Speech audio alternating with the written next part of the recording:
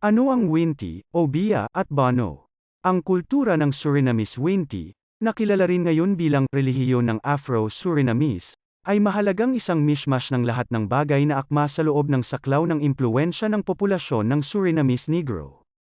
Sa takbo ng kasaysayan, ang mga taong ito ay sumalungat sa kanilang bagong relihiyon ng Winti, ng mga dati ng kwento at kinumpleto ito ng Latin ng mga mangingisda, nangangahulugang pagyayabang.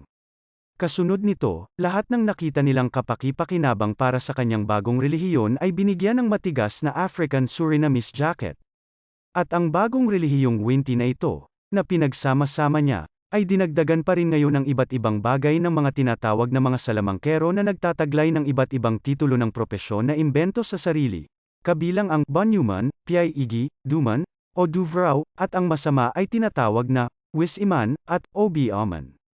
Sa Suriname, ang propesyon ng Bonyuman ay sikat at kadalasang ginagawa ng mga taong may lakas ng loob. Kaya naman, ang maitim na propesyon ng salamangkero na ito ay hindi na maaaring seryosohin, dahil halos lahat ay kayang gawin ito at halos lahat ay gumawa nito. Parang ang larong pambata at ang mga kwentong pambata ay hindi mabilang. Ang Surinamese mga taong itim, halimbawa, ay higit na kinopya ang kanilang pinagsama-samang relihiyong Winti mula sa kanilang mga dating puting maniniil. Hindi ito nakakagulat, dahil ang kanilang mga ninuno, ang dating populasyon ng Alipin, sa kasamaang palad ay literal at matalinghagang nakuha ang hangin mula sa harapan, mula sa kanilang mga kolonyal na Panginoon. Ang pagkuha ng wind up front ay isang Dutch na salawikain at nangangahulugang sinabihan ang katotohanan. Sa kasong ito, na sila ay mga alipin at dapat kumilos at sumunod sa kanilang mga Panginoon sa lahat ng bagay. Ang salitang Winti ay nagmula sa hangin ng Olandes, tandaan, pagbabaybay ng 1914 AD, nang maglaon ang konseptong ito ay nakilala sa katutubong wika ng Surinamese bilang espiritu, o diwa ng kagubatan o kalikasan, Diyos ng kalikasan. Pagkatapos nito ay orihinal na ang salitang Dutch pagkatapos ay nagkaroon ng sariling buhay sa Surinamese katutubong wika, mga ritual, panalangin, at kaugalian. Ang mga Surinamese Negro o ang Creole na populasyon ay unti-unting nabuo ang kasaysayan ng Surinamese ng lahat ng sama-sama para sa kapakinabangan ng kanilang rehiyon Winti. Sa paggawa nito, naimbento nila ang lahat ng uri ng mga teorya at ritual na tila interesante sa kanila. Ang kabihas ng Surinamese Winti at kultura ng inkantasyon ay kathang-isip, karamihan sa mga ito ay batay sa mga ritual at panalangin sa Biblia, sa purong pamahiin, at napapalibutan ng malaking doses ng sinaunang katangahan. Ang kanilang mga teorya sa Winti ay, sa madaling salita, katawa-tawa at ang mga kwentong multo na kasama sa mga ito ay katawa-tawa. Hindi nito binabago ang katotohanan na ang mga taong Surinamese Negro ay napaka-maparaan at malikhain.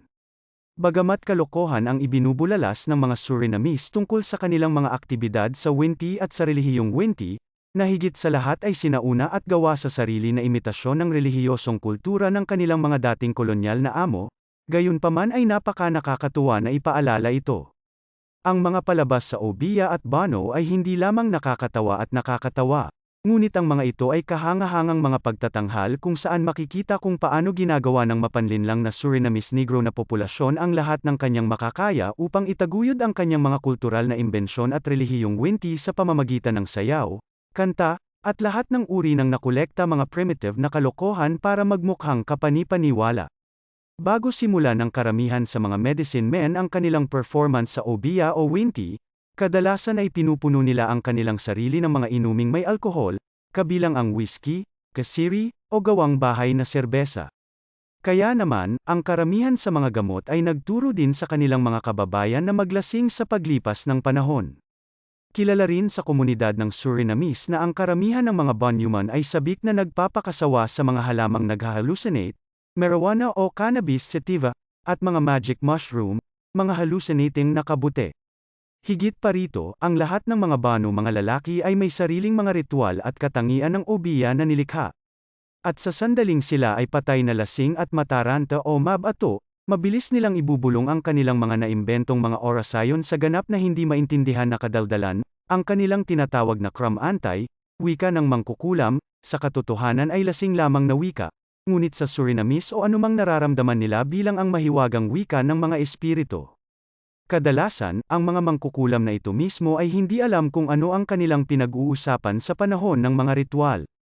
At kung gusto mo ng higit pang impormasyon tungkol sa kung aling mga espiritu ang gumagamit ng wikang Krom-Antay, o kung ano ang itsura ng mga espiritu, o kung saan eksaktong nakatira ang mga espiritu, o kung saan matatagpuan ang daigdig ng mga espiritu, makakakuha ka ng isang nakakabaliw na sagot.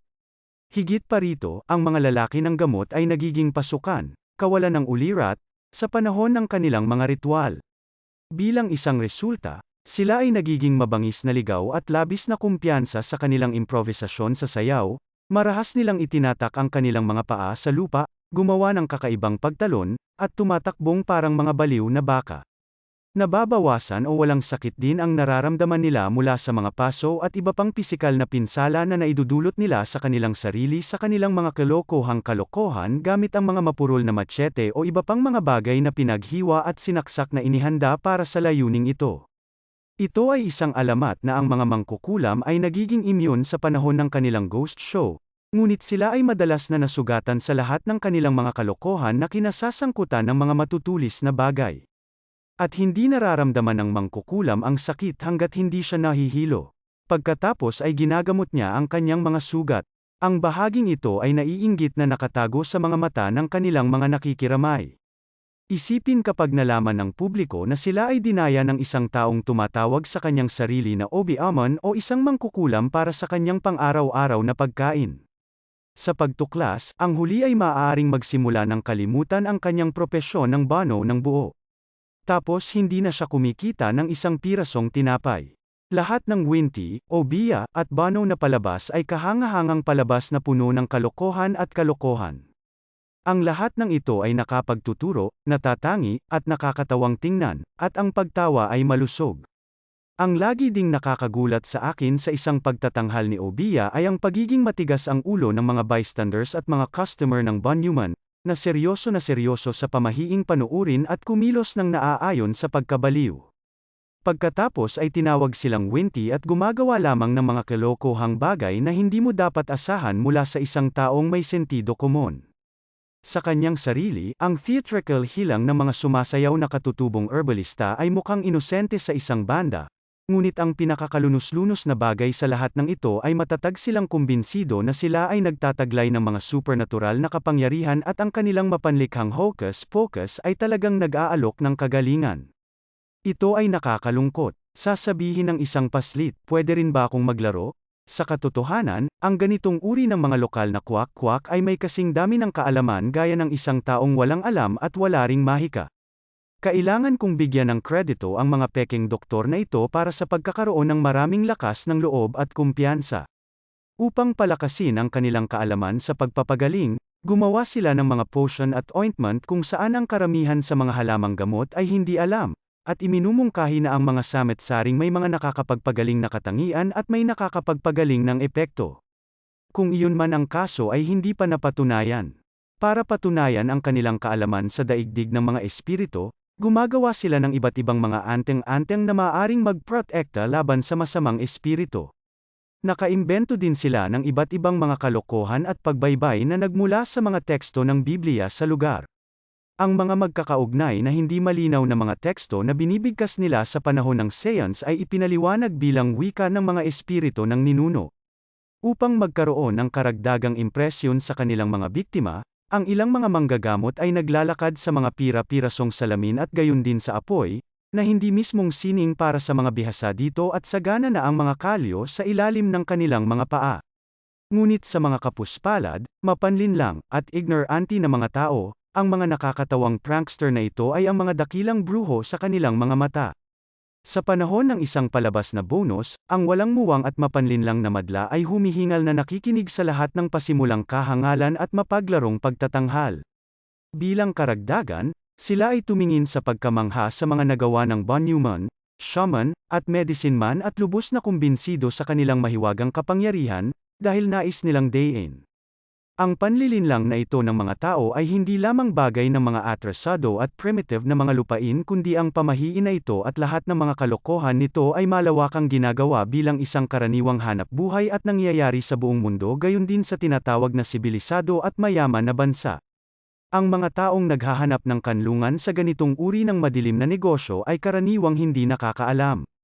Karamihan sa kanila ay pinalaki ng madilim na mga halaga at unti-unting itinuon ang kanilang buhay dito. Ganito ang sabi ng mga turo ni Vishnu, lahat ay malaya sa kani-kanilang paraan ng pamumuhay at lahat ay may kanya-kanyang opinyon na wala sa iba. Ang bawat tao ay dapat ding magpasya para sa kanyang sarili kung gusto niya o hindi mag-alis gamit ang tilao. Ang kwak-kwak at iskam ay kapareho ng mga manghuhula na makikita mo sa telebisyon kung saan ang mga TV producer at ang buong mga tauhan ay masayang nakikilahok sa karaniwang panlilinlang upang kumita ng pera at mapalakas ang ratings. Ito ay ganap na peke, isang psikolohikal na pagmamanipula ng pag-iisip ng isang tao. Halos kahit sinong tanga ay kayang gawin iyon at ito ay ganap na legal. Sa pangkalahatan, ang mga nag-aalinlangan ay nagkakaroon ng maraming problema kapag nagsasalita sila ng negatibo tungkol kay Winty, Backrow, Multo, Duwende, Gnome, Jinn, Diablo, at iba pa. At sino mang maglakas loob na magpahayag ng kanilang pantasya bilang walang kaparorekon ay tinitingnan ng may pagkapuot. Ang sino mang nagkukumpara sa isang taong naniniwala sa gayong mga kababalaghan sa pagkakaroon ng maling akala o psychosis ay madalas na sinisisi. Ngunit sino mang nag-iisip na ang mga ganitong uri ng mga figura, na nakakakita ng mga gnome, multo, apukus, York Ace, Backrows, at multo, ay mga baliw, ay nagtatapos sa paghahanap na ito mula sa kanilang sariling realidad na balangkas. Sa personal, tinatawag kong, hindi baliw, ang mga taong ito. Pinaghihinalaan ko lamang na sa loob ng konteksto ng karanasan, sila ay pinalaki sa isang tiyak na kapaligiran, bilang isang resulta kung saan nagsimula silang mag-isip at pakiramdam na naiiba kumpara sa taong matino. Ilan sa mga bano mga lalaki, mangkukulam, medium, mangkukulam, salamangkero, at iba pa ay gustong makaramdam ng hiwalay at makabuluhan sa lipunan.